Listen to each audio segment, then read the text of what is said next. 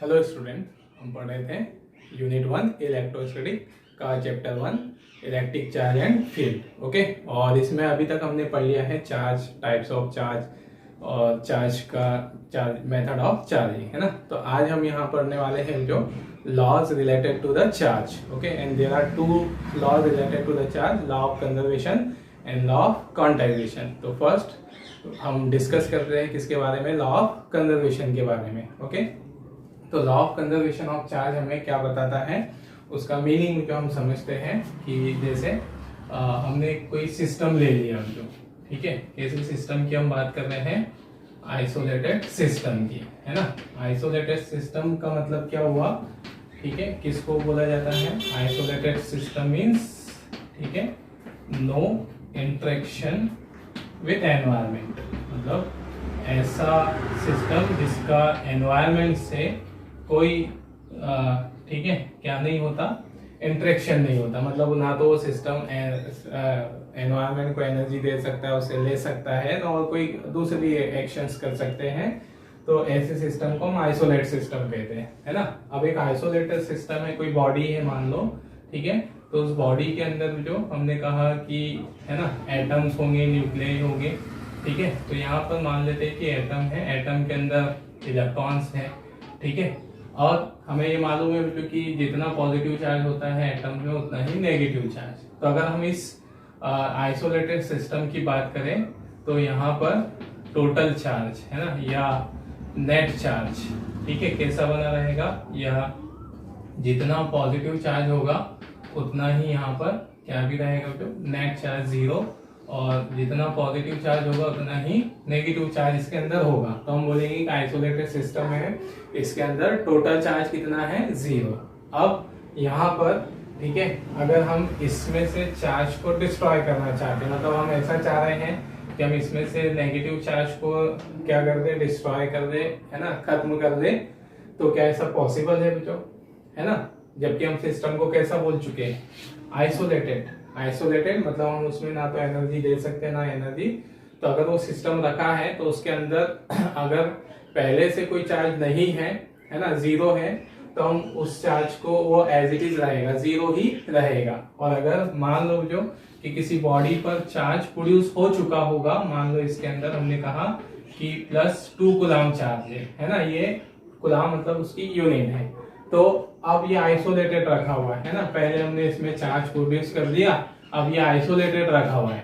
तो अब अगर हमको इसका 2 कूलम चार्ज क्या करना है, डिस्ट्रॉय करना है ना, डिस्ट्रॉय करना है, मतलब हमें ये पॉजिटिव चार्ज को 0 करना है। तो पॉजिटिव चार्ज को 0 करने के लिए हम क्या करेंगे, इसमें उतना ही, है ना, 2 कूलम नेगेटिव चार्ज दे देंगे। तो नेगेटिव चार्ज देंगे तब जाके इसका चार्ज 0 हो जाएगा। लेकिन हम किसकी बात कर रहे हैं, एक आइसोलेटेड सिस्टम की। तो आइसोलेटेड सिस्टम पर अगर इनिशियली जो नेट चार्ज 0 है तो हम उस पर कोई चार्ज प्रोड्यूस भी नहीं कर पा रहे, और अगर इस पर चार्ज ऑलरेडी है पहले से, है ना, प्रोड्यूस हो चुका है किसी रीजन से, और फिर उसके बाद हमने उसको आइसोलेट कर दिया, तो इस आइसोलेटेड सिस्टम पर, ठीक है, फिर हम उसके चार्ज को डिस्ट्रॉय भी नहीं कर सकते, मतलब चार्ज नाइदर बी क्रिएटेड और not be destroy on A isolated system, and this is the law of conservation of charge. Okay, मतलब law of conservation of charge हमें क्या बताता है कि हम किसी isolated system पर, ठीक है, या किसी isolated system पर चार्ज ना तो प्रोड्यूस कर सकते हैं ना ही डिस्ट्रॉय कर सकते हैं, है ना। अब अगर जैसे हम मान लें कि किसी बॉडी पर चार्ज प्रोड्यूस हुआ भी होगा, जैसे हमने कहा ये एक बॉडी है ना, इस बॉडी पे हमने कहा कि इसमें से 2 इलेक्ट्रॉन निकलकर, ठीक है, हमने इस बॉडी को किसी दूसरी बॉडी से रब किया। एग्जांपल के लिए जैसे हम ग्लास और फर बोल देते हैं, हमने ये इन्हीं एग्जांपल से समझा है।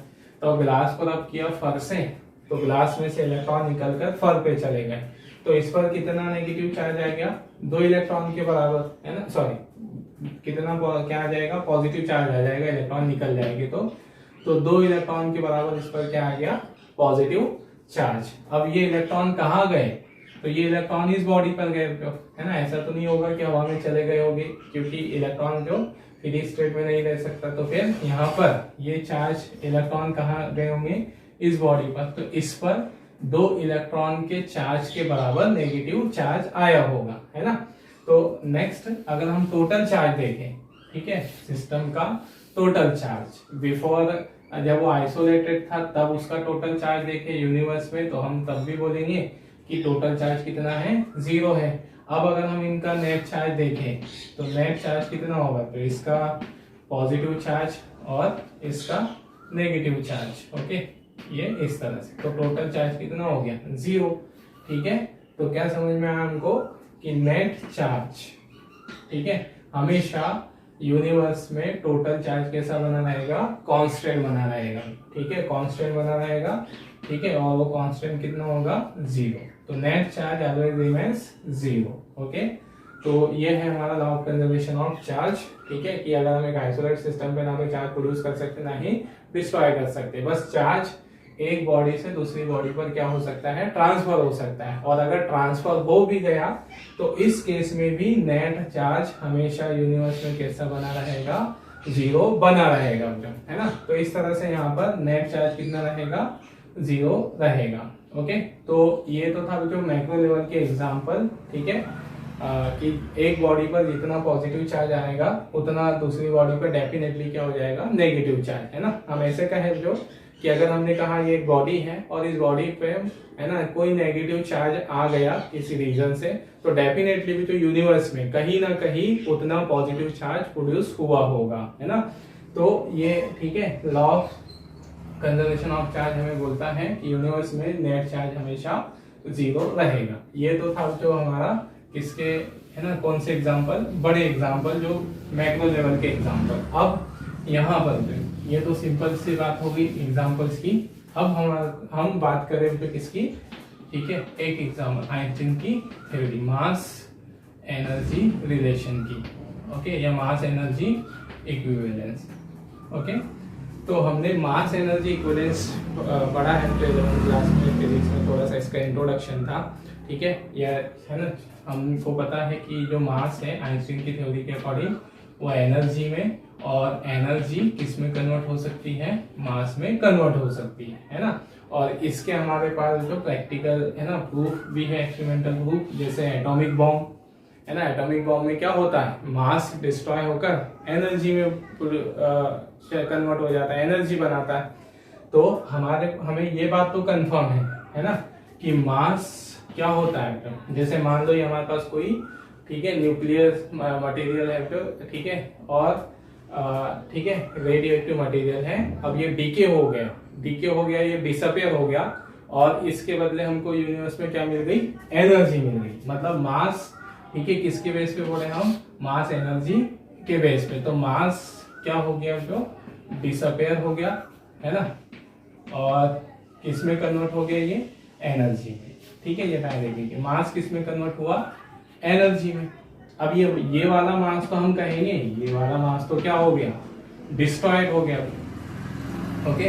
अब मास डिस्ट्रॉयड हुआ है तो डेफिनेटली जो मास के अंदर नेगेटिव चार्ज तो होगा, है ना। इलेक्ट्रॉन है, कोई भी पता है जो हमको मास है, मास के अंदर एटम है, न्यूक्लियाई है ना, तो उसके अंदर क्या होंगे, इलेक्ट्रॉन्स होंगे।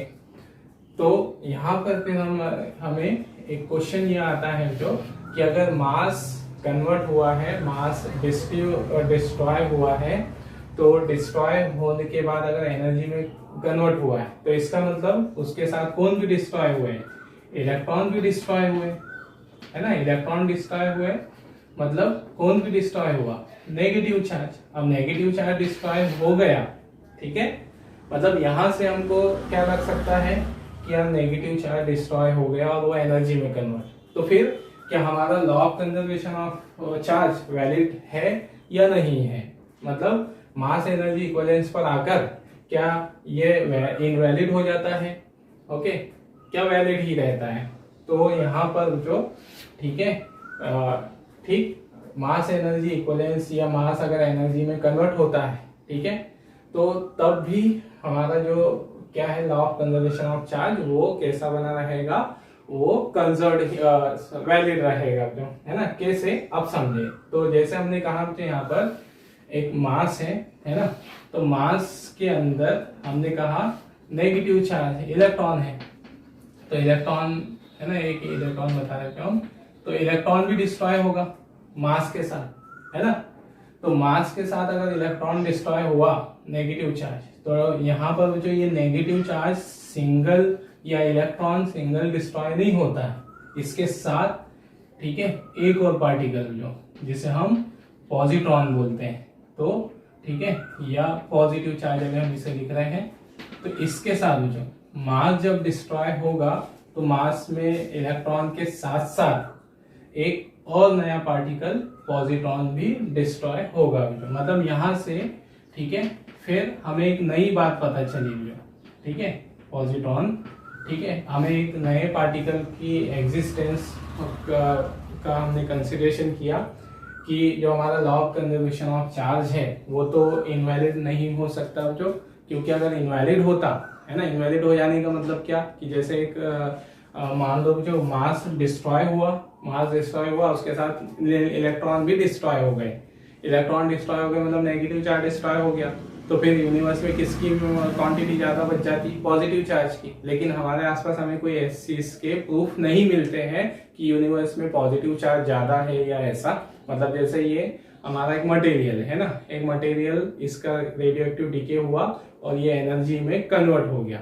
अब एनर्जी में कन्वर्ट हो गया तो अगर केवल यहाँ पर इलेक्ट्रॉन का ही डिस्ट्रॉय हुआ होता तो यहाँ पर आसपास क्या बच जाता, पॉजिटिव चार्ज हो जाता आसपास का एनवायरनमेंट। लेकिन ऐसा नहीं होता, आसपास का एनवायरनमेंट पॉजिटिव चार्ज नहीं हो रहा है, इसका मतलब नेगेटिव चार्ज के साथ क्या भी डिस्ट्रॉय हुआ होगा, पॉजिटिव चार्ज भी डिस्ट्रॉय हुआ होगा, है ना। तो वो पॉजिटिव चार्ज जो किसके फॉर्म में डिस्ट्रॉय होता है, पॉजिट्रॉन के फॉर्म में, है ना। तो पॉजिट्रॉन क्या है, तो हम कहेंगे पॉजिट्रॉन, ठीक है, एंटी पार्टिकल है, जिसे क्या बोला जाता है, एंटी पार्टिकल या मेंबर ऑफ न्यूक्लियस, न्यूक्लियस के अंदर ही पाया जाने वाला एक पार्टिकल है ना, जिसे हम एंटी पार्टिकल ऑफ इलेक्ट्रॉन, ठीक है, एंटी पार्टिकल ऑफ इलेक्ट्रॉन जिसका सिंबल है ए। और इस पर चार्ज कितना होता है, तो इस पर भी, ठीक है, चार्ज पॉजिटिव चार्ज होगा जितना कि एक इलेक्ट्रॉन पर होता है, इतना, है ना, और पॉजिटिव, और इसका मास भी उतना ही होगा जितना कि किसका होता है, मास ऑफ इलेक्ट्रॉन, ठीक है। तो यहाँ से हमने एक नए पार्टिकल की कंसिडरेशन करके चले, हालांकि वो समय प्रूफ नहीं हुआ था, उस समय हमने देख नहीं पाए थे कि पॉजिट्रॉन एग्जिस्ट करता है या नहीं, ये थ्योरेटिकली सपोर्ट देने के लिए जो बाद में जाके ये सारी चीजें प्रूफ हुई कि, है ना, जैसे हम पार्टिकल की और रिसर्च करते करते अंदर पहुंचे सब्सटेंस की, है ना, रिसर्च करते हुए, तो फिर हमें वहां सारे पार्टिकल्स ऐसे क्या हुए, दिखाई देने लगे ना, उनकी एग्जिस्टेंस हमको सही प्रूफ होने लगी, ठीक है। तो इस तरह से यहाँ पर, है ना, कंफ्यूजन हमारे दिमाग में कहाँ से आता है, मास एनर्जी वाले रिलेशन से, कि मास एनर्जी में कन्वर्ट होती है तो क्या उसके साथ, ठीक है, सिर्फ नेगेटिव चार्ज डिस्ट्रॉय होता है, नहीं, तो हम कहेंगे वहां पॉजिटिव चार्ज भी डिस्ट्रॉय होता है जो। तो नेगेटिव चार्ज मतलब कि इलेक्ट्रॉन और प्रोटॉन मिलकर क्या करते हैं, एनर्जी क्रिएट करते हैं। तो उस एग्जांपल उसको हम बोलते हैं इनहेलेशन प्रोसेस, है ना। तो यहाँ पर जब एक इलेक्ट्रॉन मिलेगा और एक पॉजिट्रॉन मिलेगा, है ना, ये हमारा क्या है, जो इलेक्ट्रॉन, और ये क्या है, पॉजिट्रॉन, ठीक है, ये पॉजिट्रॉन, ठीक। तो यहाँ क्या बना रहे हैं, ये गामा रेज, मतलब एनर्जी बना रहे हैं न्यूक्लियर रिएक्शन में। तो अब यहाँ पर देखें, है ना, एनर्जी में, ठीक है, एनर्जी में इधर टोटल चार्ज कितना, ठीक है, नेट चार्ज कितना बोल रहे हैं, चलो इससे लिख देते हैं, नेट चार्ज 0।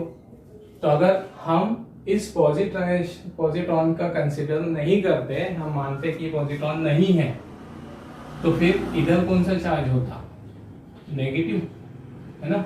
इधर हम क्या समझते कि चलो थोड़ी टाइम के लिए तो ऐसे मान लो कि पॉजिट्रॉन नहीं है, तो हम ये जो हमारी, है ना, कन्वर्जन है मास का एनर्जी में, तो इसमें अगर हम ऐसा सोचते कि सिर्फ इलेक्ट्रॉन कन्वर्ट होता है किसमें, एनर्जी में, तो फिर यहाँ पर कौन सा चार्ज एनवायरनमेंट में ज्यादा बच जाता, पॉजिटिव चार्ज। लेकिन ऐसा नहीं है, तो इसका मतलब इलेक्ट्रॉन के साथ कौन भी कन्वर्ट होता होगा, पॉजिट्रॉन, ठीक है।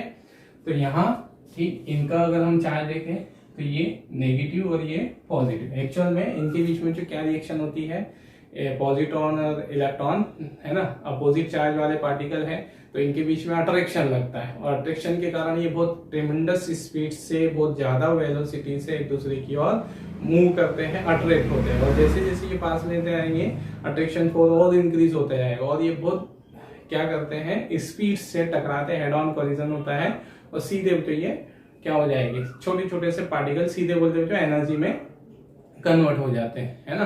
तो यहाँ पर कंक्लूजन हमारे पास निकला कि अगर मास एनर्जी में भी कन्वर्ट हो रहा है, मास एनर्जी में कन्वर्ट हो रहा है, तो मास में कन्वर्जन में नेगेटिव चार्ज और पॉजिटिव चार्ज बराबर बराबर क्वांटिटी में होंगे इलेक्ट्रॉन और पॉजिट्रॉन के फॉर्म में, और बराबर क्वांटिटी में ही वो डिस्ट्रॉय होगी, जितना नेगेटिव उतना पॉजिटिव। तो यहाँ पर भी ठीक है, अगर मास में भी अगर हम देखें टोटल चार्ज अभी कितना है 0, एनर्जी में कन्वर्ट हुआ तब भी 0, मतलब पेयर इनहेलेशन वाली बात करें, हम प्रोसेस की बात करें, इनहेलेशन का मतलब कि जो क्या हो जाएगा, combination of negative and positive charge, मतलब उनका रिकम्बाइन होना पॉजिटिव नेगेटिव चार्ज का आपस में मिल जाना और एनर्जी में कन्वर्ट हो जाना, है ना। तो इसे हम इनहेलेशन बोलते हैं। तो इस प्रोसेस में भी टोटल चार्ज कैसे बने रह रहा है, 0 नेट चार्ज कांस्टेंट बना रह रहा है ना। तो यहाँ इस बात से हमको क्या प्रूफ हुआ, है ना। चलो या इसका अपोजिट, अब जैसे एनर्जी है ना, आइंस्टीन की जो थ्योरी है वो एनर्जी को मास को एनर्जी में कन्वर्ट कर सकते हैं उसके अकॉर्डिंग, या वो दोनों कन्वर्ट होती है। तो अगर एनर्जी कन्वर्ट हो रही है, जैसे हम कंसीडर करें कि एनर्जी कन्वर्ट हो रही है, ये गामा रेज हम दिखा रहे हैं, गामा रेज का एनर्जी का फॉर्म है, रेडिएशन है ओनली, ठीक है। तो ये एनर्जी को मान लो हमने किसी मेटल पर इंसिडेंट करवाया, है ना, मेटल पर इंसिडेंट करवाया, तो यहाँ पर ये सीधे कहे तो एनर्जी डायरेक्टली बोलते हैं, एनर्जी कन्वर्ट हो गई किसमें, मास में। तो क्या ये मास में कन्वर्ट होगी तो उस मास में क्या ओनली नेगेटिव चार्ज होगा, है ना, किसी भी इलेक्ट्रॉन ही बनेंगे उस मास में, या उसमें पॉजिटिव चार्ज नहीं होगा, तो हम कहेंगे नहीं, तो उस पास में जितना पॉजिटिव चार्ज होगा, है ना, उतना ही उसमें क्या भी होगा, है ना, पॉजिट्रॉन बोले और इलेक्ट्रॉन, तो दोनों ही चीजें जो, ठीक है, चाहे मास कन्वर्ट हो रहा हो एनर्जी में तो भी नेट चार्ज 0 है, अगर एनर्जी कन्वर्ट हो रही है यहाँ नेट चार्ज 0, देखो इसमें भी जो मास बना है इसमें भी नेट चार्ज 0। तो हर केस में यूनिवर्स में नेट चार्ज 0 बना रहा है, मतलब कि चार्ज जो है वो कांस्टेंट बना रहा है। तो किसी भी लेवल पे, माइक्रो लेवल पे कहे या मैक्रो लेवल पे, है ना। इसमें हमने एक और एग्जांपल लिखा, जैसे अल्फा डीके, तो अल्फा डीके भी न्यूक्लियर प्रोसेस है ना, और प्रोडक्शन ऑफ अल्फा पार्टिकल, मतलब ठीक है, हमने पढ़ी होगा जो न्यूक्लियर रिएक्शन 10th क्लास में या फिर केमिस्ट्री में पढ़ा होगा, एटम और nuclei, alpha decay beta decay. और अगर नहीं, ये उसी के एग्जांपल लिखे हैं यहाँ पर, और अगर नहीं पढ़ा है तो कंफ्यूज होने वाली या, है ना, टेंशन वाली बात नहीं कि आप सोचो कि ये कहाँ से लिख दिए एकदम से, तो टेंशन नहीं लेना, तो इसको हम आगे वाले चैप्टर्स में पढ़ने वाले हैं न्यूक्लियर, और ये हमारा पूरा चैप्टर बेस्ड है, तो यहाँ सारी बातें क्लियर हो जाएगी। लेकिन हम इसको law of conservation of charge को सपोर्ट करने के लिए यहाँ कुछ एग्जांपल शो कर रहे हैं, ठीक है। तो यहाँ अल्फा डीके का भी हमने प्रोसेस बता दी। तो इसमें यूरेनियम न्यूक्लियाई अपने अंदर से किसको एमिट कर देता है, जो है ना, न्यूक्लियर प्रोसेस में हीलियम को, या एक अल्फा पार्टिकल, जिसे हम अल्फा पार्टिकल कहते हैं, जो हीलियम न्यूक्लियाई। अल्फा पार्टिकल मतलब क्या, 2 न्यूट्रॉन और 2 प्रोटॉन का, है ना, कंबाइंड जो पार्टिकल बनता है 2 न्यूट्रॉन 2 प्रोटॉन से, उसे हम अल्फा पार्टिकल कहते हैं, है ना। और अल्फा पार्टिकल को हीलियम न्यूक्लियाई भी बोला जाता है। तो ये इस तरह से, है ना, या आप उसको ऐसे भी डिनोट कर सकते हो, ओके। तो अल्फा पार्टिकल जो यहाँ पर, है ना, 2 न्यूट्रॉन 2 प्रोटॉन से बना एक पार्टिकल है, कंबाइंड फॉर्म। तो इसमें देखो यहाँ पर जो ये उसका एटॉमिक नंबर है, एटॉमिक नंबर, तो कितने इलेक्ट्रॉन हुए, है ना, इस प्रोसेस में यूरेनियम में 92 इलेक्ट्रॉन, ओके। अब इधर जो ये ब्रेक हुआ, है ना, थोरियम में और हीलियम में, मतलब इसने अल्फा को एमिट कर दिया तो थोरियम के फॉर्म में कन्वर्ट हो गया। तो यहाँ पर कितने इलेक्ट्रॉन हुए, 2 इलेक्ट्रॉन बचे इसमें, है ना। जो थोरियम है इसमें कितने इलेक्ट्रॉन रह गए, 90 इलेक्ट्रॉन। तो अगर हम इस प्रोसेस का भी एग्जांपल ले लें तो इसमें भी, है ना, उसके एमिशन से, मतलब डीके से पहले यूरेनियम के पास 92 इलेक्ट्रॉन थे, मतलब 92 इलेक्ट्रॉन का नेगेटिव चार्ज था, है ना, और उतना ही प्रोटॉन भी होंगे तो पॉजिटिव चार्ज भी।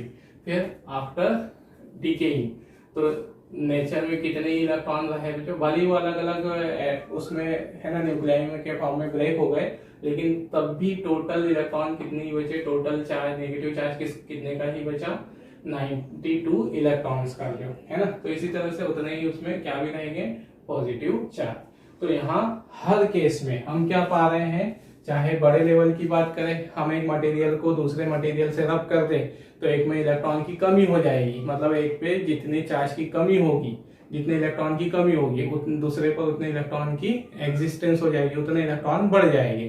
तो दोनों ही केस में हम क्या पा रहे हैं, जो कि बड़े लेवल वाले एग्जांपल के देखिए रब करने वाले, तो एक से जितना नेगेटिव चार्ज निकला उतना दूसरे पर नेगेटिव चार्ज चला गया, तो एक पर पॉजिटिव चार्ज डेवलप हो गया, एक पे नेगेटिव, तो टोटल चार्ज कितने रहा, 0। या माइक्रो लेवल के एग्जांपल ले लें न्यूक्लियर प्रोसेस में, तो भी इसमें भी क्या ही हो रहा है, हर केस में हमने क्या पाया कि न्यूक्लियर प्रोसेस भी इस तरह से ही होती है कि अगर मास एनर्जी में कन्वर्ट हुआ तो जितना नेगेटिव चार्ज कन्वर्ट होगा उतना ही पॉजिटिव चार्ज भी एनर्जी में कन्वर्ट होगा, मतलब नेगेटिव पॉजिटिव चार्ज बराबर बराबर अमाउंट में एनर्जी में कन्वर्ट हुए होंगे। और अगर एनर्जी मास में कन्वर्ट हो रही है तो उस मास में नेगेटिव और पॉजिटिव चार्ज बराबर बराबर अमाउंट में होगा।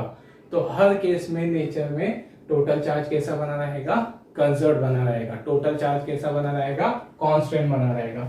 इसलिए हम यहाँ पर law of conservation of charge को कैसा लॉ बोलते हैं, यूनिवर्सल लॉ, जो क्योंकि हर केस में एप्लीकेबल है, तो ऐसे लॉ को क्या बोला जाता है, यूनिवर्सल लॉ।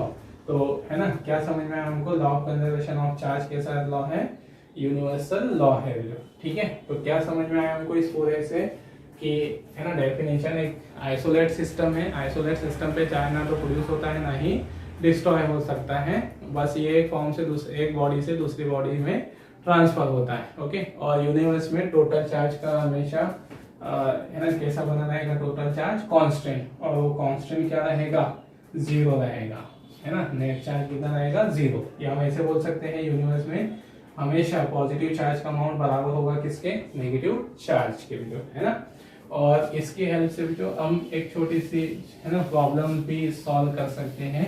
जैसे एग्जांपल के लिए हमने कहा क्यों कि हमारे पास एक सिस्टम है ना, इस सिस्टम में, ठीक है, ये एक सिस्टम है, इस सिस्टम में 3 बॉडीज हमने बोल दी, एक पे 2q चार्ज है ना, 2 कूलम, एक पर -3 कूलम चार्ज है, और एक पर 1 कूलम चार्ज है ना, या इस पर 2 कूलम चार्ज, ओके, 2, ठीक है। अब यहाँ पर हमने इस सिस्टम को थोड़ा सा फोर्स लगाया, इसको रब कर दिया, ऐसे ऐसे इनको किसी तरह से हमने इस पर एक एक्शन कर दी, और उसके कारण हमने देखा कि इनके बॉडियों के चार्ज जो है, इन बॉडीज के जो चार्ज है वो क्या हो गए, है ना, बॉडीज के जो चार्ज है वो रिडिस्ट्रीब्यूट हो गए। तो मान लिया कि इस पे 3 कूलम चार्ज आ गया पॉजिटिव, इस पे 1 कूलम चार्ज आ गया, सी लिखना है, कूलम है ना ये, और तीसरी जो बॉडी अब इस पे कितना आएगा फिर, है ना। तो ये छोटी सी एक प्रॉब्लम है, इसको भी हम कैसे बता सकते हैं, हमको क्या अप्लाई करना है वहां, law of conservation of charge. तो law of conservation of charge के अकॉर्डिंग हमको मालूम है टोटल चार्ज और है ना फाइनल चार्ज दोनों कैसे होंगे, सेम होंगे, ठीक है। तो यहाँ पर नेट चार्ज देख लो कि कितना, इनिशियल चार्ज, ओके, और फाइनल चार्ज दोनों बराबर हो गए। तो यहाँ इनिशियल कितना है, +2q -3q और c और +2c, c मतलब किसको इंडिकेट कर रहा है, कूलम को, है ना। इधर देख ले, ये 3c -1c, ओके, और इस पे मान लो x चार्ज है, ये x है ना टोटल। हम यहाँ से x की वैल्यू आ जाएगी हमारे पास, क्या हो गया, ये कैंसिल हो गया, है ना। इधर क्या बचा, -3q, इधर +2q +x, तो x कितना आ गया यहाँ पर, है ना। ये इधर आकर तो क्या हो गया, नेगेटिव, तो नेगेटिव आ गया, तो -5c चार्ज, 5 कूलम, है ना। और ये रहा जो हमारे पास law of conservation of charge, ठीक है। चलिए, है ना, फिर हमारा आता है जो अगला लॉ ऑफ क्वांटाइजेशन, है ना। तो उसे हम देखते हैं, पहले इतना नोट कर लीजिए जो, ठीक है। तो चलिए इसमें लिखने के लिए इतना नोट कर लेते हैं ना, ओके।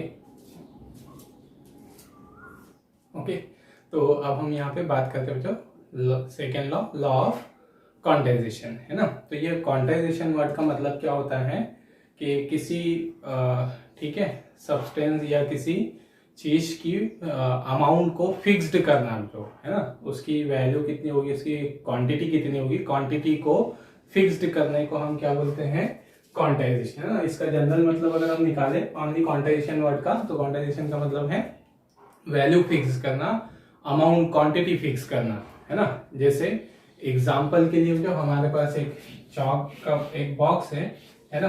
तो इस चौक के बॉक्स में हम क्या करेंगे, चौक को ऐसे भरते चलेंगे फिर, तो इसमें हमें कितने चौक हम भर रहे हैं, है ना, उसका अमाउंट हम क्या कर देंगे, फिक्स कर देंगे। उसका अमाउंट उसकी क्वांटिटी फिक्स रहेगी कि इसमें हम 100 चौक रख सकते हैं, 200 रख सकते हैं, ये रख सकते हैं। तो ये जो क्वांटिटी डिसाइड करना है उसे हम क्या बोलते हैं, क्वांटाइजेशन, है ना।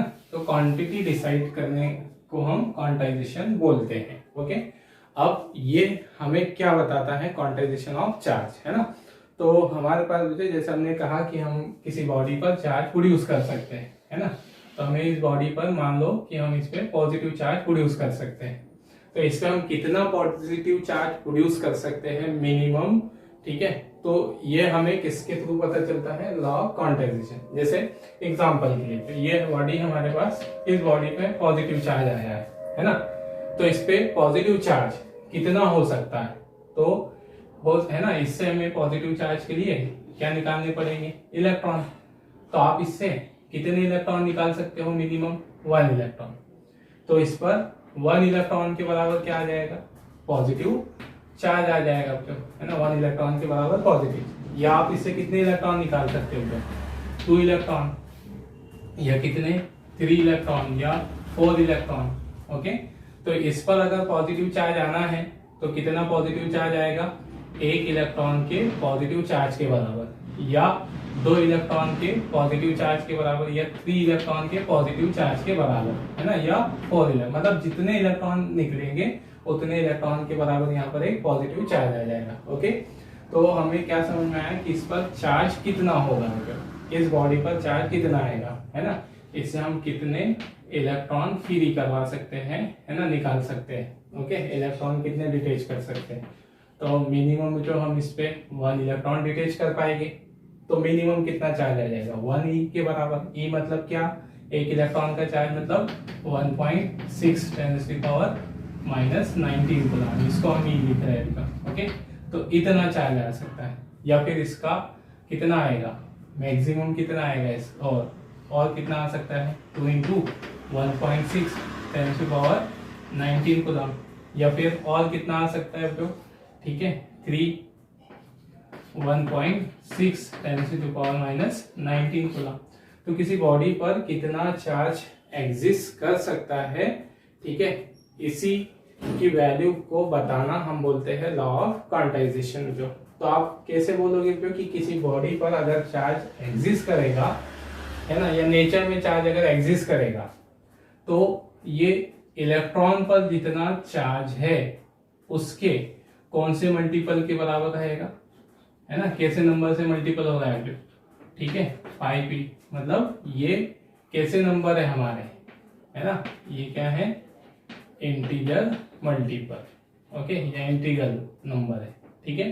तो क्या समझ में हमको कि किसी बॉडी पर अगर चार्ज आएगा तो वो हमेशा क्या होगा, इंटीग्रल मल्टीपल होगा किसका, इलेक्ट्रॉनिक चार्ज का, या चार्ज की एक मिनिमम वैल्यू का, and that minimum value is 1.6 10⁻⁻19 coulomb.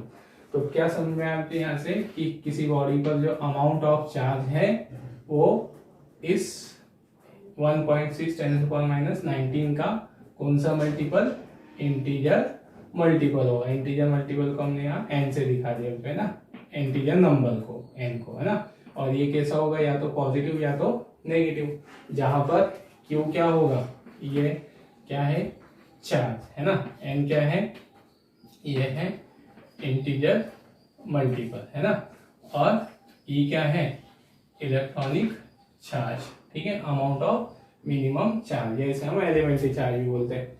तो बस यही हमारा सिंपल है कि किसी बॉडी पर अगर चार्ज आना है तो कितना आना है, ये हमें किसके अकॉर्डिंग पता चलता है, लॉ ऑफ क्वांटाइजेशन। तो हम क्या बोलेंगे, according to the law of quantization in nature charge always occurs या exist in integer multiple of electronic charge. यही उसकी क्या बन जाएगी, डेफिनेशन। तो अमाउंट ऑफ चार्ज कितना होगा, जो पॉजिटिव नेगेटिव एन ई से, है ना, ये उसकी इक्वेशन होगी।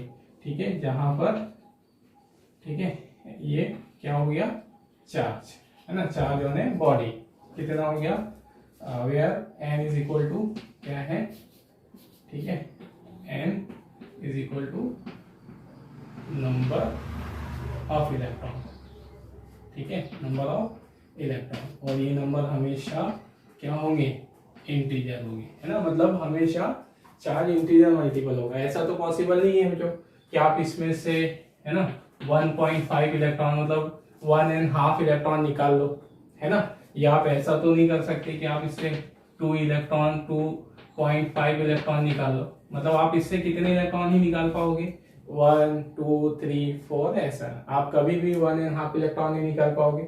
मतलब 1.5 इलेक्ट्रॉन का चार्ज इस पे प्रोड्यूस नहीं किया जा सकता। 2.5 इलेक्ट्रॉन इससे हम निकाल नहीं सकते, तो इतना चार्ज, इतने इलेक्ट्रॉन का चार्ज भी उस पर प्रोड्यूस नहीं किया जा सकता, है ना। तो यहाँ पर इलेक्ट्रॉन अगर निकलेंगे तो इंटीजर मल्टीपल में ही निकलेंगे, है ना, आधे या ऐसे कुछ इलेक्ट्रॉन नहीं निकलना है। ओके, तो ठीक है, फ्री स्टेट में, जो फ्री स्टेट में मिनिमम कितना चार्ज अवेलेबल हो सकता है नेचर में, 1 ई के बराबर, मतलब 1 ई से मतलब 1.6 × 10⁻19 कूलम, ठीक है। तो इस तरह से जो नंबर ऑफ इलेक्ट्रॉन है यहाँ पर, है ना। ओके, फिर ये ई क्या है, ई हमारा क्या है, इसकी वैल्यू है 1.6 × 10⁻19 कूलम। ये है, इसे हम क्या बोलते हैं, इलेक्ट्रॉनिक चार्ज। ओके, या कौन सा चार्ज भी बोलते हैं, फंडामेंटल चार्ज, है ना। मतलब अगर किसी ऑब्जेक्ट पर जो स्टार्टिंग वैल्यू रहती है जो, उसे हम फंडामेंटल बोलते हैं, है ना, फंडामेंटल चार्ज बोल सकते हो आप इसे, या, है ना, और क्या बोल सकते हैं, एलिमेंट्री चार्ज, है ना। कितने नाम से जानते हैं, याद रखना। चार्ज ऑन इलेक्ट्रॉन को हम क्या भी बोलते हैं, इलेक्ट्रॉनिक चार्ज, फंडामेंटल चार्ज या एलिमेंट्री चार्ज। मतलब चार्ज की जो वैल्यू है उसकी शुरुआत यहीं से होती है, 1.6 × 10⁻19 से, जो है ना। और अभी देखना बच्चों, जैसे आप हायर क्लासेस में पढ़ोगे, जैसे जो कॉर्क है, कॉर्क पर चार्ज रेशो में होता है 2.5 समथिंग ई 2.3 ऐसा, तो चार्ज वहां पर रेशो में इसमें रहेगा। लेकिन जो कॉर्क है ना, जैसे एक कॉर्क के पे 2.2/5 इलेक्ट्रॉन के चार्ज के बराबर है, लेकिन वो कॉर्क फ्री स्टेट में नहीं रहते, तो कॉर्क हमेशा कंबाइंड फॉर्म में ही रहेंगे। तो नेट चार्ज अगर मिनिमम होगा तो कितने ही एग्जिस्ट करेगा, 1.6। ओके, ठीक है। तो ये हमारा क्या है, एलिमेंट्री चार्ज।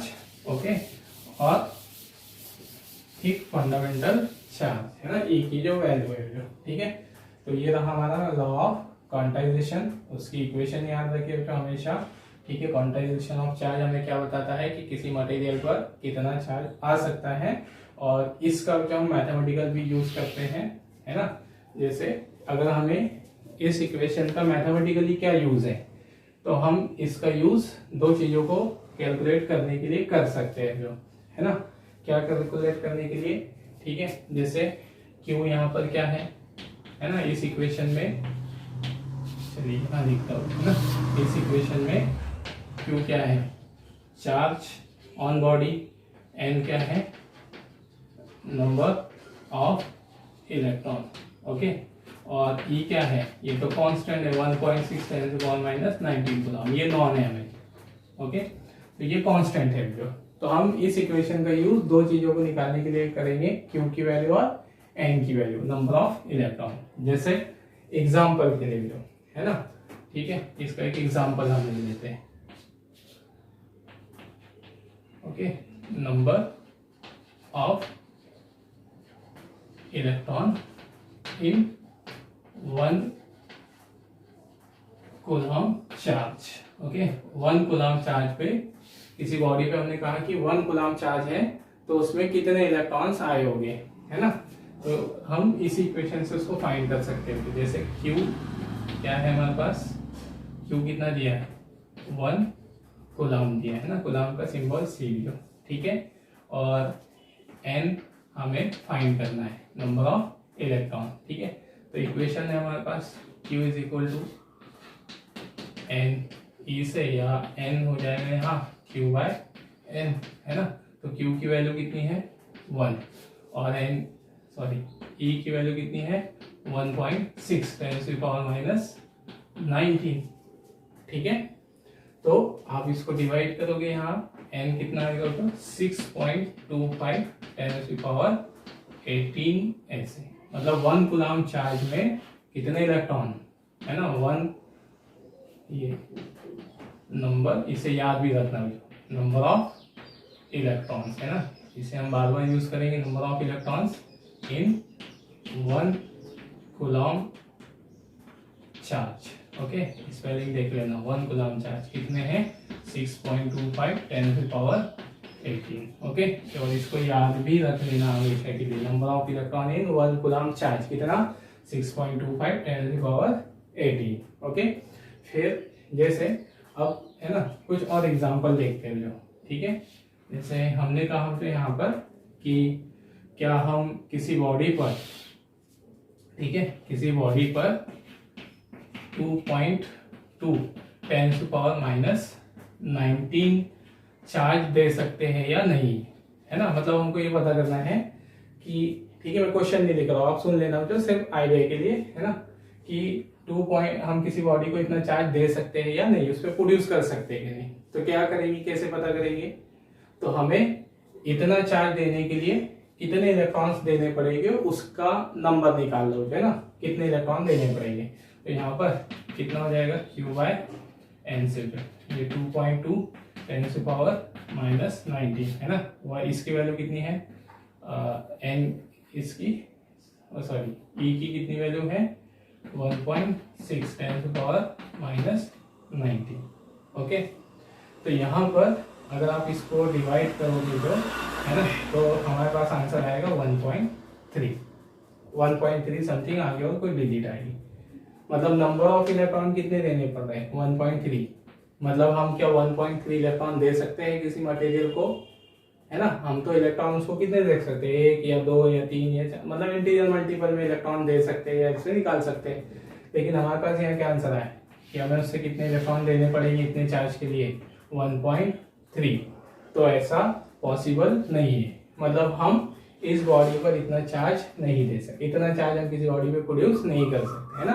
तो इस तरह के क्वेश्चन जो कि अगर हमें पता करना है कि कोई भी वैल्यू दे सकता है कि क्या हम किसी बॉडी पे इतना इतना चार्ज प्रोड्यूस कर सकते हैं, है ना। अगर जैसे एक और एग्जांपल, है ना, दूसरा एग्जांपल ले लेते हो कि हमने बोला कि हमको किसी बॉडी पर, है ना, 4.8 10 की power minus 19 charge coulomb charge, है ना, ये इतना चार्ज प्रोड्यूस करना है किसी बॉडी पर। तो क्या हम किसी बॉडी पर इतना चार्ज दे सकते हैं, ओके। तो फिर से नंबर ऑफ इलेक्ट्रॉन काउंट कर लो, ठीक है। ये तो कितना आया 4.8 10 की पावर माइनस 19, है ना। E कितना है हमारे पास 1.6 10 की पावर माइनस 19, ओके। तो ये तो कैंसर, 1.6 को डिवाइड करोगे कितना, ये 3 टाइम जाएगा, है ना। तो इस तरह से यहाँ पर N कितना निकल कर आ गया 3 आ गया, मतलब कितने इलेक्ट्रॉन देने पड़ेंगे 3, और 3 इलेक्ट्रॉन देना पॉसिबल है, ओके। तो इतना चार्ज हम किसी बॉडी पर प्रोड्यूस कर सकते हैं, ओके। तो आया तो समझ में, है ना, किस तरह से हम इसका यूज कर सकते हैं इक्वेशन का कि किस बॉडी पर हम चार्ज कितना दे सकते हैं, ये पता करने के लिए, है ना, नंबर ऑफ इलेक्ट्रॉन फाइंड कर ले, ओके, ऐसे, है ना। तो यहाँ पर हम चार्ज नंबर ऑफ इलेक्ट्रॉन भी निकाल सकते हैं, कितने इलेक्ट्रॉन होंगे कितने चार्ज में। अब एक और चीज है यहाँ पर, है ना, एक और एग्जांपल ले लेते हैं हम जिस पर हमारे ऑब्जेक्टिव बन जाते हैं, ठीक है। ए बॉडी, ठीक है, कंटेंस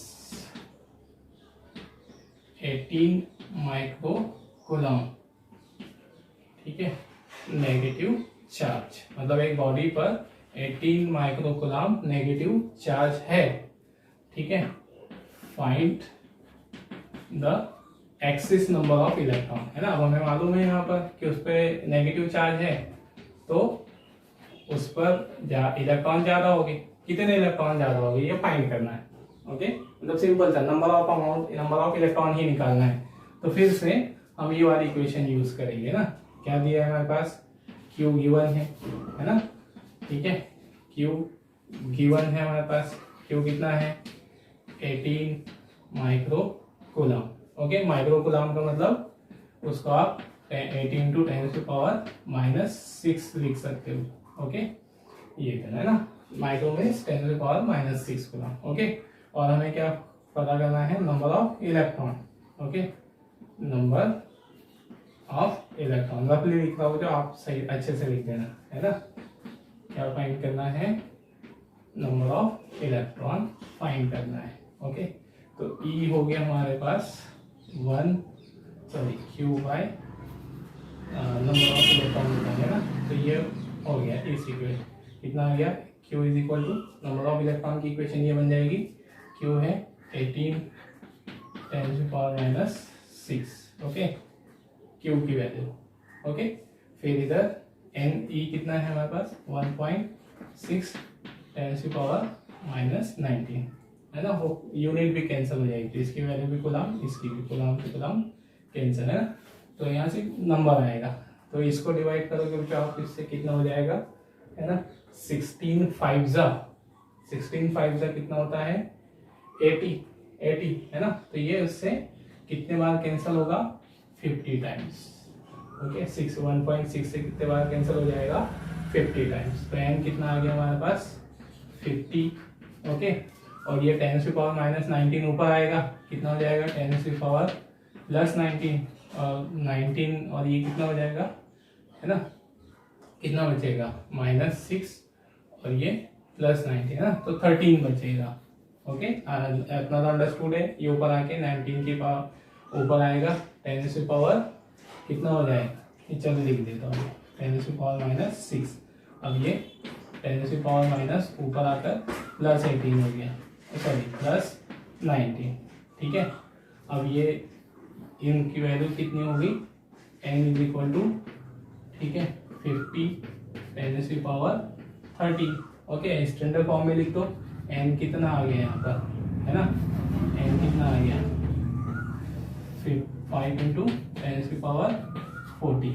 इतने इलेक्ट्रॉन उस पर दिए जाएंगे। मतलब अगर उस पर इतना क्या है ना, इतने चार्ज उस पर नेगेटिव चार्ज है, तो उस पर कितने इलेक्ट्रॉन ज्यादा एग्जिस्ट कर रहे हैं, 5 × 10⁻14 इलेक्ट्रॉन। ठीक है, तो ये रहा बच्चों हमारे पास क्वांटाइजेशन ऑफ चार्ज और क्वांटाइजेशन ऑफ चार्ज के कुछ एग्जाम्पल, है ना। तो यहाँ आगे चल के जो हमने जैसे ये वाला एग्जाम्पल क्यों लिया, क्योंकि ये वाली वैल्यू हमेशा हम याद रखेंगे। अब 1 कूलम चार्ज में कितने इलेक्ट्रॉन, 6.25 10⁻18 इलेक्ट्रॉन। ओके, और इस तरह से जो इसमें कोई भी क्वेश्चन बन जाए आप कर सकते हो, दो चीजें निकालने के लिए, amount of charge and number of electrons. ठीक है, चलिए, है ना, ये रहा हमारा law of quantization of charge. Okay, तो अब हम देखते हैं जो प्रॉपर्टीज ऑफ चार्ज, है ना। तो जैसे कुछ जनरल प्रॉपर्टीज हमें मालूम है ना, कि चार्ज जो है, दो चार्जेस एक दूसरे पर फोर्स लगाते हैं, है ना, अट्रैक्शन और रिपल्शन। तो अगर चार्जेस क्या हो, सेम टाइप के हो, जैसे पॉजिटिव चार्ज हो, है ना, या नेगेटिव हो, तो ये एक दूसरे पर क्या लगाते हैं, रिपल्शन फोर्स। ओके, और अगर अनलाइक हो, ठीक है, लाइक चार्जेस हो तो, और अनलाइक चार्जेस हो, तो इस केस में उनके बीच में क्या लगेगा, अट्रैक्शन फोर्स, है ना। तो ये हम उसकी फर्स्ट प्रॉपर्टी लिख देंगे कि charge exerts the force on each other, if the charge are like charges they repel each other, and if they are unlike they attract each other. Okay, अगर वो, है ना। फिर नेक्स्ट यहाँ पर कि चार्ज जो है एक स्केलर क्वांटिटी। ओके, चार्ज एक स्केलर क्वांटिटी है, डिपेंड नहीं करती है जो डायरेक्शन। स्केलर हम किसे बोलते हैं, जो डायरेक्शन पर डिपेंड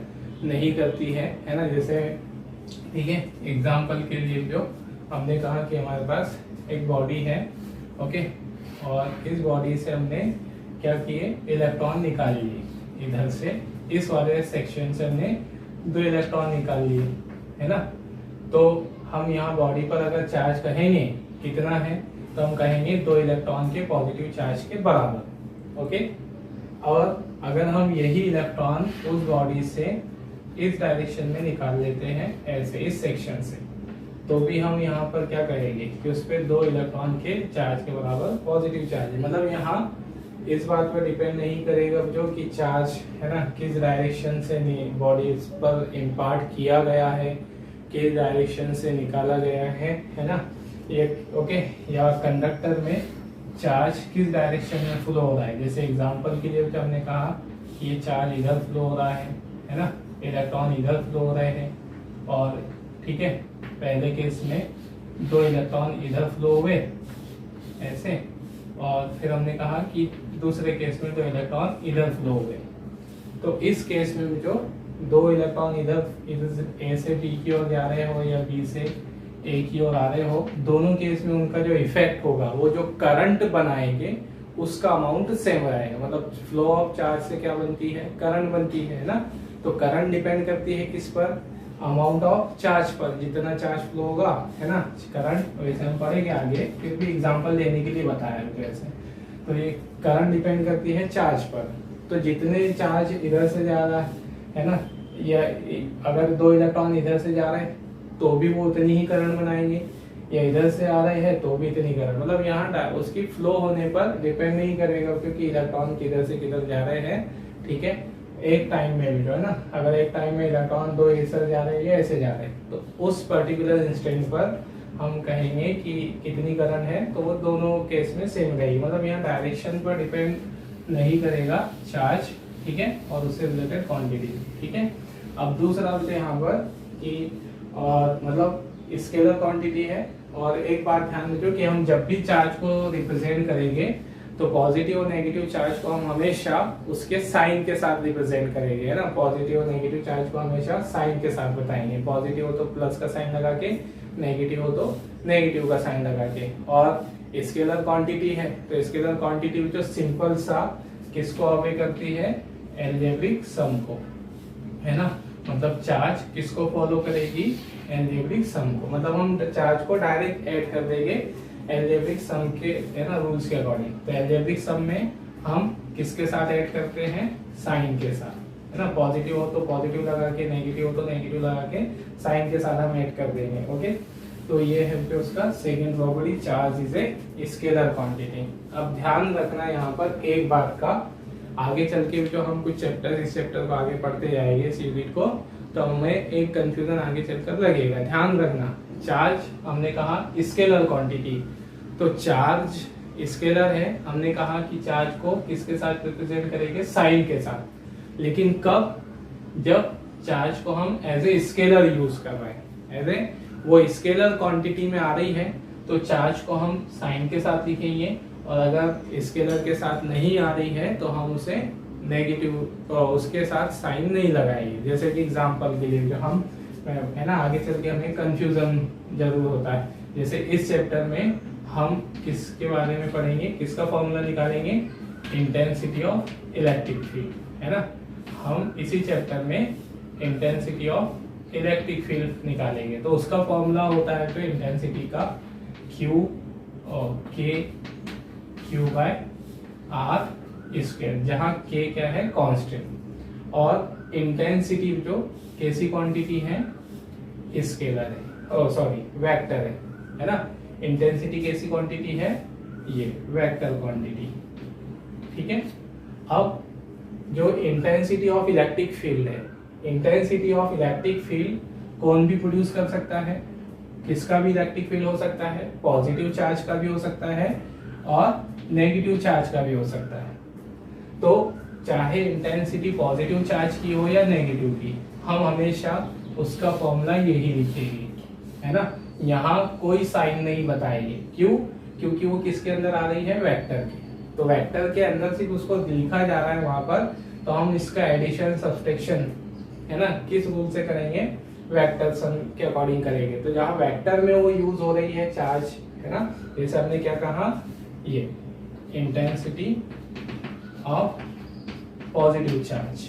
ओके, शॉर्ट में लिखा इंटेंसिटी ऑफ पॉजिटिव चार्ज, तो उसका फॉर्मूला भी हम यही लिखेंगे, है ना। लेकिन अगर वेक्टर है तो डायरेक्शन अलग से बता देंगे। और अगर हम लिखेंगे intensity of negative charge, negative Q charge, तो इसका भी हम एक्सप्रेशन के क्यू बाय आर लिखेंगे ना। अभी कंफ्यूज नहीं होना चाहिए फॉर्मूला क्या है, कहाँ से आएगा, ये हम सब पढ़ने वाले हैं। सिर्फ एक ध्यान रखने वाली बात बता रहा हूँ कि अगर स्केलर, अगर चार्ज किस में आ रहा है, वेक्टर क्वांटिटी में, है ना, तो हम वहां उसका साइन नहीं लगाएंगे।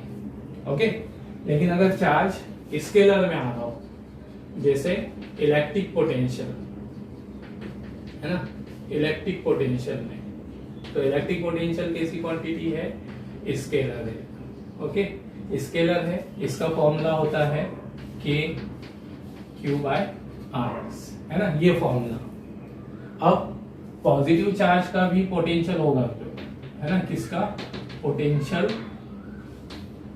Of positive Q charge.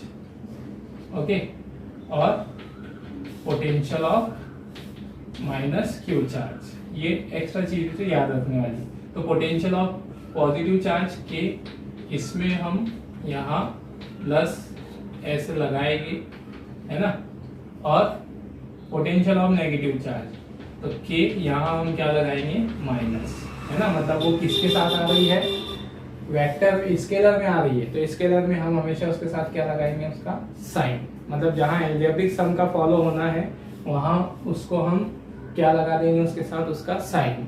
और जहाँ वेक्टर, है ना, एडिशन का फॉलो होना है ना, वेक्टर रूल्स के, वेक्टर एल्जेब्रा का यूज होना है, वहां पर चार्ज के साथ क्या नहीं लगाया जाएगा, साइन नहीं लगाया जाएगा। और जहां एल्जेब्रिक सम का ऑबे करना है, जो क्वांटिटी है ना, तो वहां पर चार्ज के साथ क्या लगाया जाएगा, उसका साइन लगाया जाएगा। ये ध्यान रखना होगा ना, ये हम आगे के लिए बता दिया आपको, ठीक है। नहीं तो अभी जैसे हमने यहाँ पर लिखा, हमने तो यहाँ लिख दिया कि charge is always represent with sign and follows algebraic sum, तो फिर वहां हम ये कंफ्यूज नहीं रहे कि हमने यहाँ साइन क्यों नहीं लगाया, इलेक्ट्रिक फील्ड वाले फॉर्मूले में, पोटेंशियल वाले में साइन क्यों लगा रहे।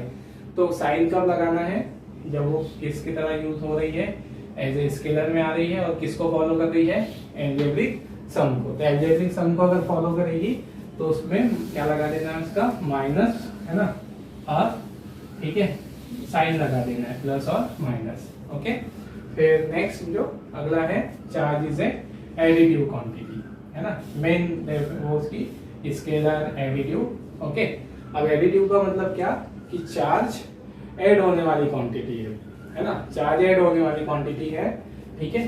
कैसे, अब एग्जांपल के लिए जो, और इस कैसे ऐड होने वाली, जैसे हमने कहा कि हमारे पास जो यहाँ पर एक बॉडी है, और इस बॉडी पर चार्ज अलग अलग पॉइंट पे फैला हुआ है। यहाँ पर +2q चार्ज है, ओके, यहाँ पर -2q चार्ज है, इस पॉइंट पे +3q चार्ज है, यहाँ पर, है ना, 2q चार्ज है।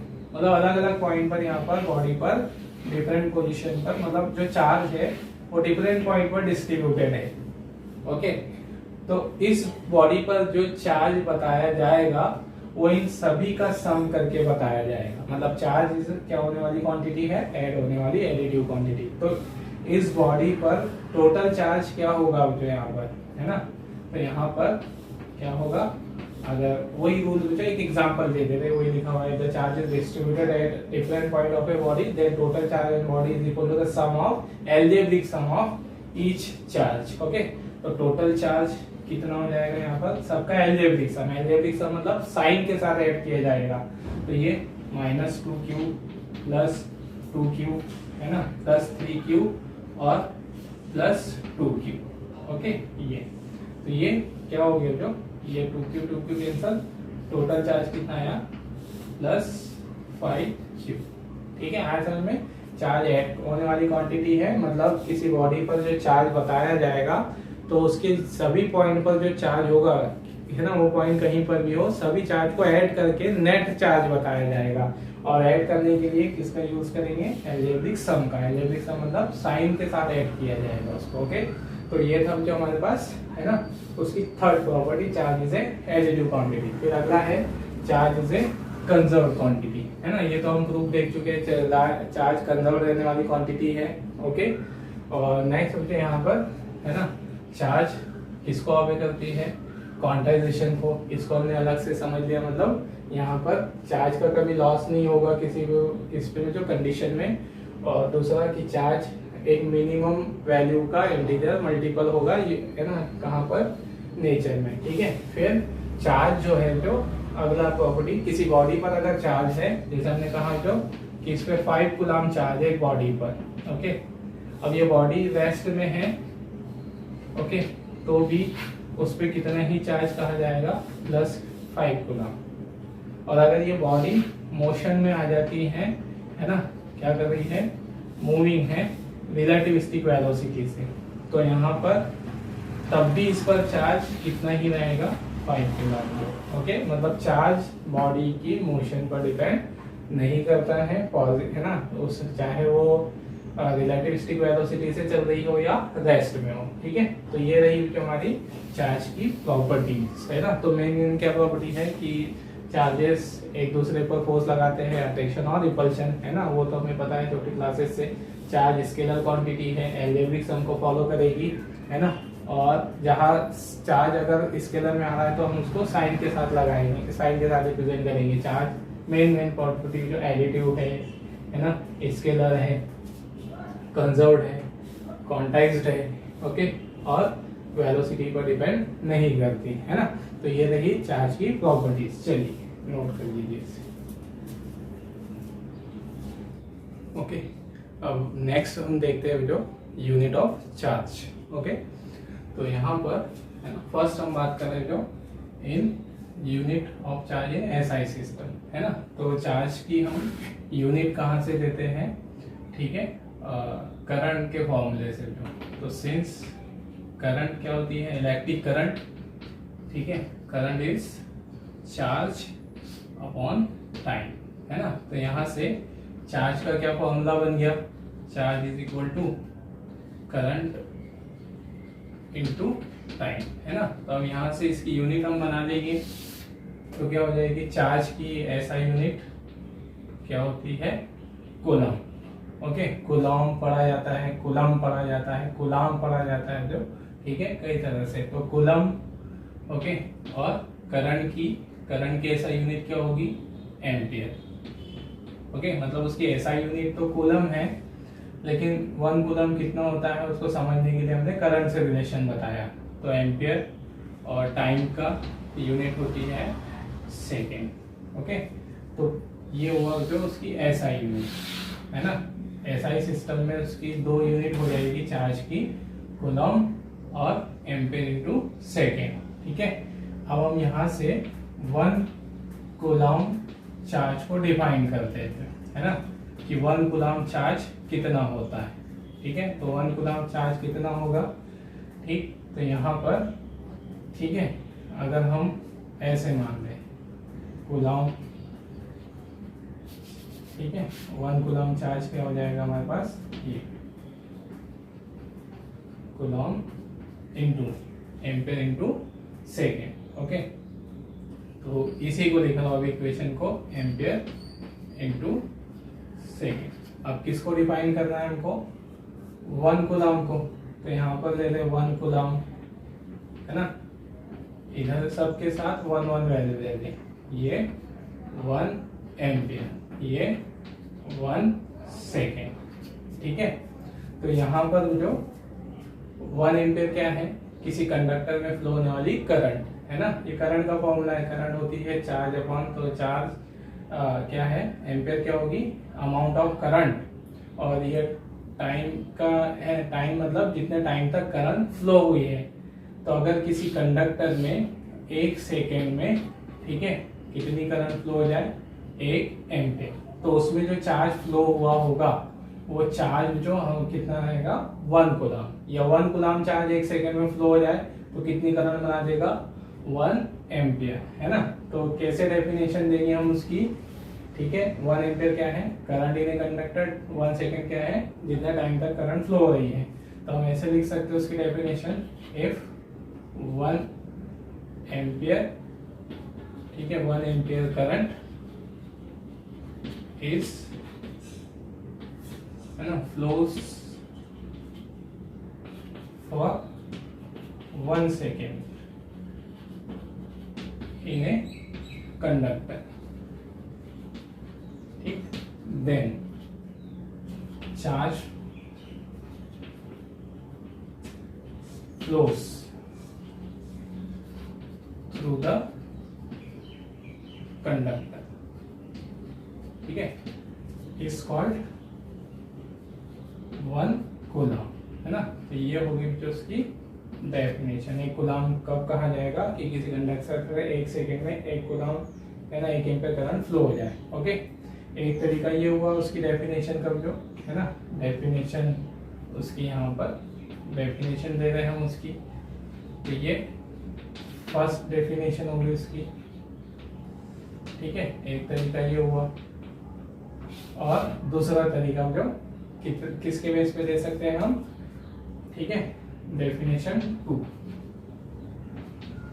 है ना, किसके बेस पर, नंबर ऑफ इलेक्ट्रॉन्स। अभी हमने निकाला यहाँ पर इससे पहले कि 1 कूलम चार्ज में कितने इलेक्ट्रॉन, 6.25 × 10⁻18 इलेक्ट्रॉन, मतलब इतने इलेक्ट्रॉन का चार्ज कितने किसके बराबर आ जाता है, 1 कूलम के।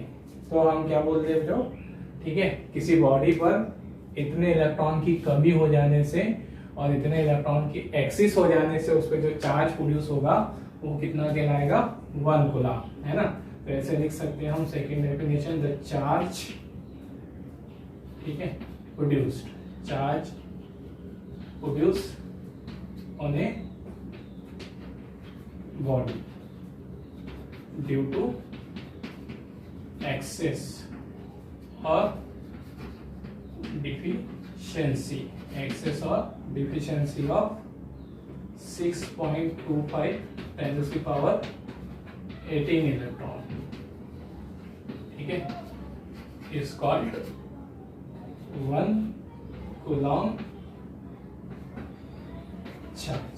ओके, तो ये है हमारे पास उसकी सेकेंड डेफिनेशन, है ना।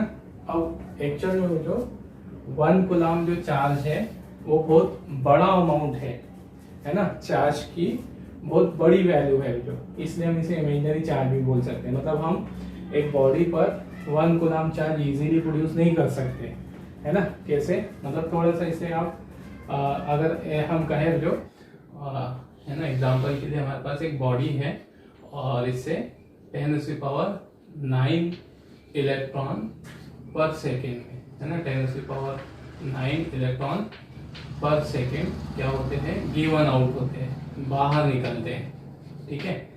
तो इस बॉडी पर 1 कूलम चार्ज प्रोड्यूस होने में कितना टाइम लगेगा, है ना। मतलब हम यहाँ पर एग्जांपल देख रहे हैं ताकि हम 1 कूलम चार्ज कितना बड़ा है हमको उसका थोड़ा सा अंदाजा लग जाए जो, ठीक है।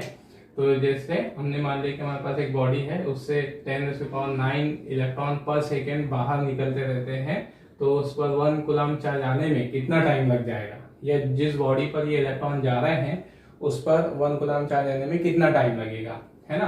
तो इसको हम कैसे सॉल्व कर सकते हैं, तो वही क्वांटाइजेशन, है ना, principle of law of quantization से। तो हमारे पास गिवन क्या है यहाँ पर, है ना, नंबर ऑफ इलेक्ट्रॉन कितने हैं, 10⁹ ओके, और चार्ज कितना दिया है हमारे पास, ठीक है, 1 इलेक्ट्रॉन पर चार्ज होता है 1.6 10⁻19 कूलम, ठीक है। अब हमको यहाँ पर, है ना, सबसे पहले मुझे ये निकालना है कि 1 कूलम चार्ज उस पर प्रोड्यूस होने में कितना टाइम लगेगा।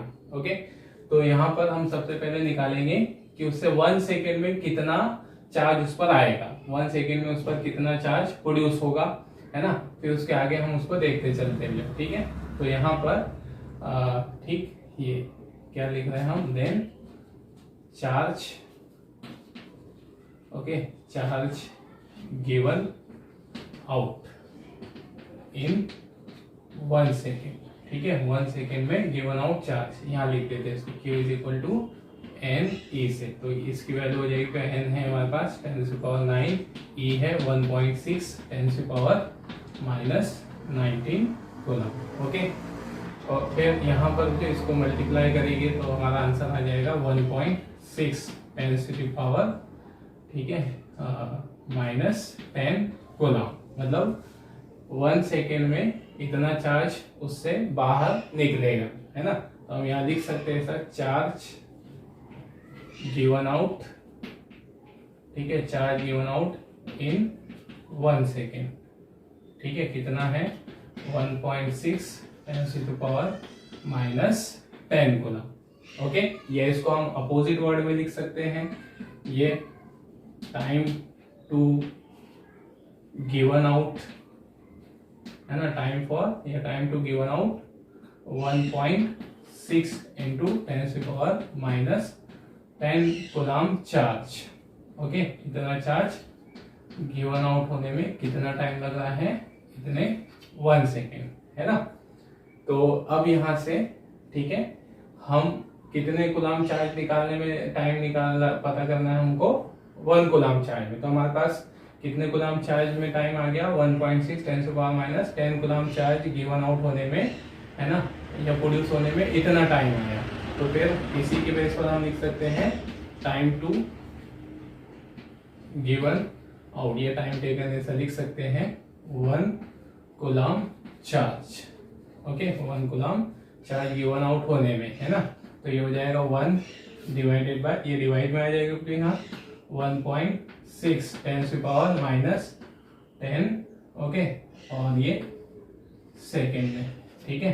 तो जब आप इसको डिवाइड करोगे, है ना, ये लिख देते हैं, जब इसको हम डिवाइड करते हैं तो आंसर आता है 6.25 10⁻⁹ सेकेंड। ओके, ये इतना टाइम लगेगा उसमें, ठीक है। अब यहाँ से ये जो टाइम है हमारे पास सेकेंड में आया है, इसको हम आवर्स में और ईयर में कन्वर्ट कर दे तो जैसे 6.25 10⁻⁹, है ना, इसको किस में कन्वर्ट करना है, ईयर्स में। तो जैसे मिनट में कन्वर्ट कर रहे हैं पहले सेकेंड से, तो 60 से डिवाइड करेंगे जो, है ना, तो मिनट में आ जाएगा। फिर और 60 से डिवाइड कर देंगे तो आवर में आ जाएगा। फिर, है ना, 24 से डिवाइड कर देंगे तो डेज में आ जाएगा, ठीक है। अब 365 से डिवाइड कर देंगे तो ईयर्स में आ जाएगा, है ना। तो इसकी जो वैल्यू आएगी तो अप्रोक्स कितनी आएगी, 200 ईयर्स, है ना। तो इस तरह से जो आप समझ सकते हो यहाँ पर कि अगर किसी बॉडी से 10⁹ इलेक्ट्रॉन, मतलब बहुत ज्यादा इलेक्ट्रॉन है, लगभग 1 अरब इलेक्ट्रॉन जो हर सेकंड उससे निकलते हैं कंटिन्यूअसली, तो उस पर 1 कूलम चार्ज आने में कितना टाइम लग जाएगा, 200 ईयर्स। तो इससे आप, ठीक है, अंदाजा लगा सकते हो जो कि 1 कूलम चार्ज कितना बड़ा चार्ज है, कितना ह्यूज अमाउंट ऑफ चार्ज है ना। इसलिए हम इसे इमेजिनरी चार्ज भी कहते हैं। मतलब एक बॉडी पर अगर हम कह रहे हैं कि एक रेस्ट बॉडी है ना, और उस पर हम 1 कूलम चार्ज प्रोड्यूस करने की बात कर रहे हैं, तो वो सिर्फ हमारी क्या रहेगी, इमेजिनेशन होगी, जो इमेजिनरी हम बात करेंगे, क्योंकि वो उसको रियल टाइम कितना लगना है वहां पर, 200 ईयर्स, है ना। तो ये एक एग्जाम्पल जो हमने दे दिया बीच में, ताकि 1 कूलम चार्ज की इमेज हमारे दिमाग में बन जाए कि 1 कूलम चार्ज कितना बड़ा चार्ज होता है, कितना बड़ा अमाउंट ऑफ चार्ज होता है ना। तो यहाँ उसको तो कोई इसमें एग्जाम्पल सॉल्व करने की जरूरत नहीं है, ये सिर्फ हमने उसको फील करने के लिए कि 1 कूलम चार्ज बहुत बड़ा चार्ज होता है इस बार, है ना। तो 1 कूलम चार्ज की डेफिनेशन हम, है ना, इतने तरीके से दे सकते हैं कि 1 एम्पीयर करंट, ठीक है, 1 सेकेंड में फ्लो हो जाए किसी कंडक्टर से, तो ठीक है, चार्ज हमारा क्या कहलाएगा, फ्लो होने वाला चार्ज कंडक्टर में 1 कूलम चार्ज कहलाएगा। या किसी बॉडी से इतने इलेक्ट्रॉन की कमी हो जाए या उस पर इतने इलेक्ट्रॉन 6.25 इंटू 10⁻18 इलेक्ट्रॉन एक्सेस हो जाए, तो उस पे कि जो इलेक्ट्रॉन जो चार्ज प्रोड्यूस हो जाएगा होगा 1 कूलम। ओके, या ऐसा लिख सकते हो, the charge of 6.25 into 6.25 into 10⁻18 electron का जो चार्ज है वो हमारा कितना चार्ज होता है, जो 1 कूलम चार्ज होता है। ओके, तो ये था जो, मतलब ये सिर्फ एग्जांपल हमने देखा, ये 1 कूलम चार्ज कितना बड़ा होता है उसको फील करने के लिए, उसको समझने के लिए। ओके, चलिए, है ना।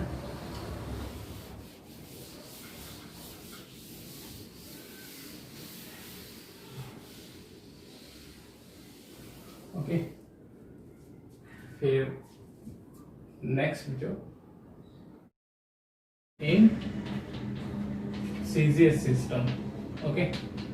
तो सीजीएस सिस्टम में हम यहाँ उसकी 2 यूनिट पढ़ते हैं, ओके। सीजीएस सिस्टम में हम उसकी 2 यूनिट पढ़ेंगे, इलेक्ट्रोस्टैटिक यूनिट, है ना। मतलब जो सीजीएस सिस्टम है जो उसके स्टैटिक चार्ज से रिलेटेड यूनिट अलग बताता है, और चार्ज अगर मोशन में हो तो उस केस में यूनिट अलग यूज करते हैं। तो इलेक्ट्रोस्टैटिक यूनिट उसकी, जिसे हम शॉर्ट में ESU लिखते हैं, ठीक है।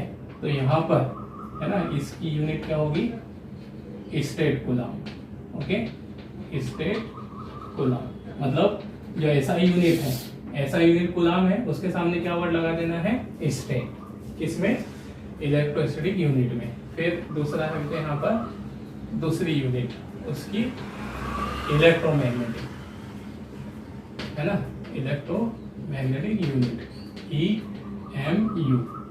तो EMU क्या हो जाएगा, स्टेट, यहाँ पर एफ कूलम,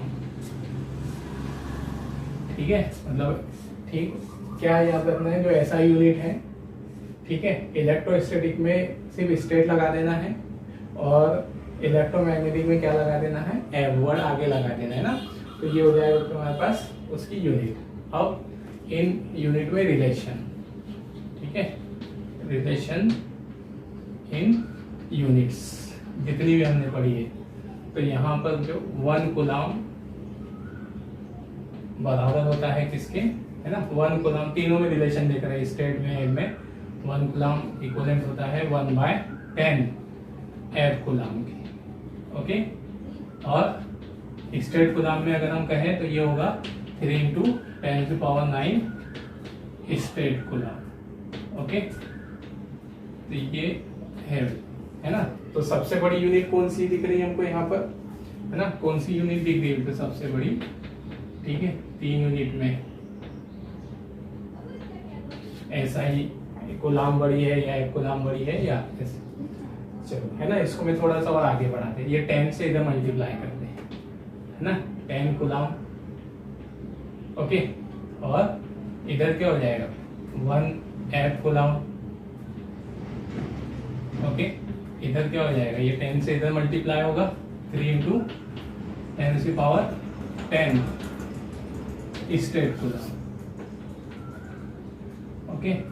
तो यहाँ पर कंक्लूजन क्या निकला हमारे पास, ये रिलेशन, तो ये याद रखना है आपको, ऊपर वाली, ये तो सिर्फ हमने ये देखने के लिए निकाला था कि कौन सी यूनिट बड़ी है ना, ये बता देंगे कौन सी यूनिट बड़ी दिख रही है तीनों में। तो सबसे बड़ी यूनिट कौन सी है, एफ कूलम। 1 एफ कूलम कितने के बराबर, 10 कूलम के, ओके। और 3 × 10⁻10 स्टेट कूलम के, ठीक है। तो यहाँ पर सबसे बड़ी यूनिट ऑफ चार्ज क्या है, एफ कूलम। फिर उसके बाद कूलम, फिर उस सबसे छोटी कौन सी, स्टेट कूलम जो है ना। वैसे कूलम भी बहुत बड़ी यूनिट है, तो हम प्रैक्टिस में जो बड़ी यूनिट नहीं, माइक्रो कूलम, है ना, और नैनो कूलम ऐसे यूज करते हैं। तो माइक्रो कूलम का मतलब कितना, 10⁻⁻6 कूलम, नैनो कूलम का मतलब 10⁻⁻9 कूलम। वैसे हमको मालूम है जो माइक्रो, नैनो, पीको, फेम्टो ऐसा, है ना। तो ये सब पीको लिख दिया यहाँ पे, तो इसका कूलम का 10⁻12 कूलम ऐसा होता है, ठीक है। तो प्रैक्टिस में हम छोटी यूनिट यूज करते हैं माइक्रो में, ठीक है, क्योंकि कूलम उसकी बड़ी यूनिट है, कुल 1 कूलम चार्ज बड़ा अमाउंट है, ओके। तो ये रहा आपके हमारे पास चार्ज और यूनिट ऑफ चार्ज, है ना। अब एक और बात जो हमने इलेक्ट्रॉनिक चार्ज की वैल्यू पढ़ी, है ना, value of electronic charge, value of electronic charge in different unit system या इन SI एंड सीजीएस सिस्टम, है ना। तो हमने इलेक्ट्रॉनिक चार्ज की वैल्यू जो पढ़ी, तो इलेक्ट्रॉन पर जो चार्ज पड़ा हमने, उसी को हम क्या बोलते हैं, इलेक्ट्रॉनिक चार्ज बोलते हैं। 1.6 10⁻⁻19 ये इलेक्ट्रॉनिक चार्ज की वैल्यू है। अब हम इसको, ये हमने किस में बताया था, कूलम में, मतलब SI में। अब सीजीएस में और इसमें बताते हैं, है ना। तो पहले इसी रिलेशन से हम निकाल रहे हैं ये वाले से। ओके, तो यहाँ पर 1 कूलम है ना, किस रिलेशन से निकाल रहे थे, ये वाले 1 कूलम, इसको ही लिख रहा हूँ। 1 coulomb is equal to 1/10 F coulomb. Okay, फिर 3 इंटू 10⁹ स्टेट कूलम। ठीक है, अब यहाँ पर मैं इसमें जो किसका मल्टीप्लाई कर देता हूँ 1.6 इंटू 10⁻⁻19 का 1.6 10⁻⁻19 का मल्टीप्लाई कर रहे हैं।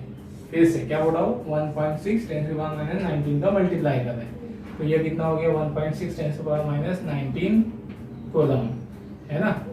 ये हमारी क्या थी, इलेक्ट्रॉनिक चार्ज की वैल्यू है किसमें, SI में है ना। अब यहाँ पर इसमें मल्टीप्लाई करोगे तो कितना होगा 1.6 10⁻⁻19/10 है ना। एक बार समझ में आ जाए इसलिए लिख देता हूँ जो पूरा।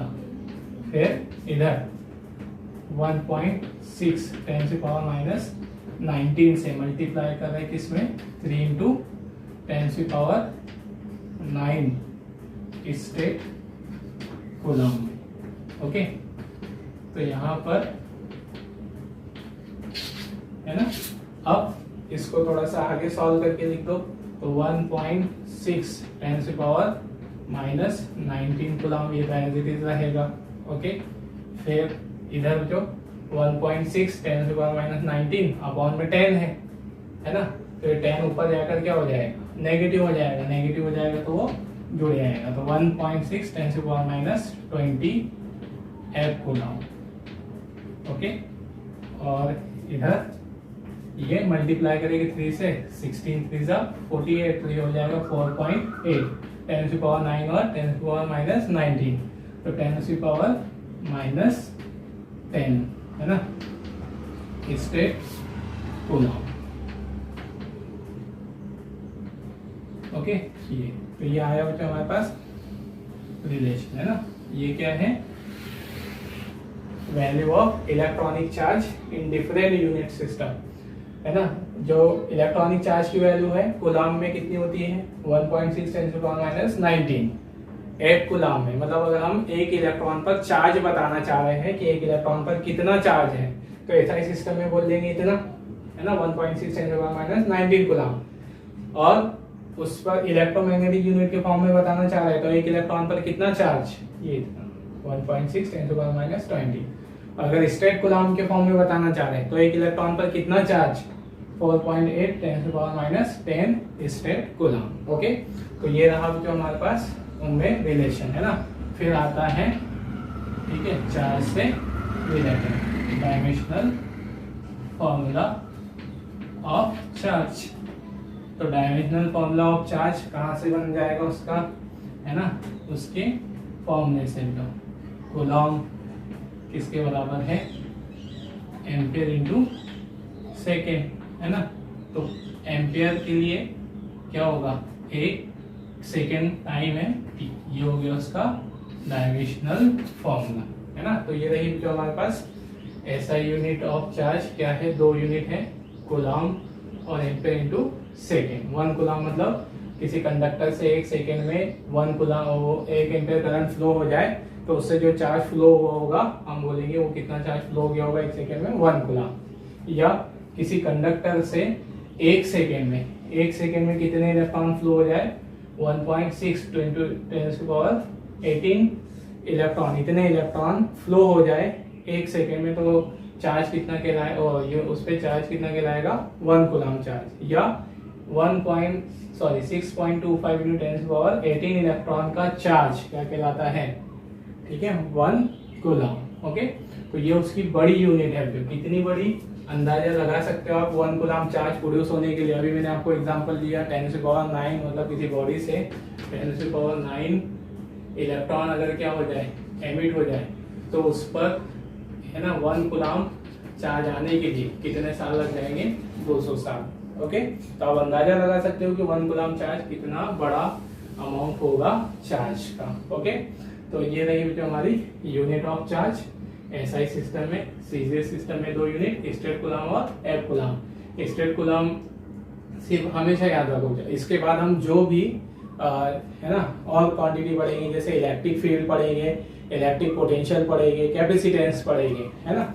तो हम उन सभी की सीजीएस सिस्टम में 2 यूनिट पढ़ेंगे, इलेक्ट्रोस्टैटिक, इलेक्ट्रोमैग्नेटिक। तो हमें क्या करना है, बस उसकी जो एसआई यूनिट होगी, एसआई यूनिट के सामने स्ट्रेट वर्ड लगा देना है। कौन सी यूनिट बनना है लिखने के लिए, इलेक्ट्रोस्टैटिक यूनिट के लिए स्ट्रेट लगा देंगे ना, और इलेक्ट्रोमैग्नेटिक के लिए यहाँ पर क्या लगा देंगे, एड वर्ड। ओके, बस। तो ये किसमें कन्वर्ट हो जाएगी, वो सीजीएस यूनिट में। फिर ये रहा रिलेशन बिटवीन द यूनिट्स।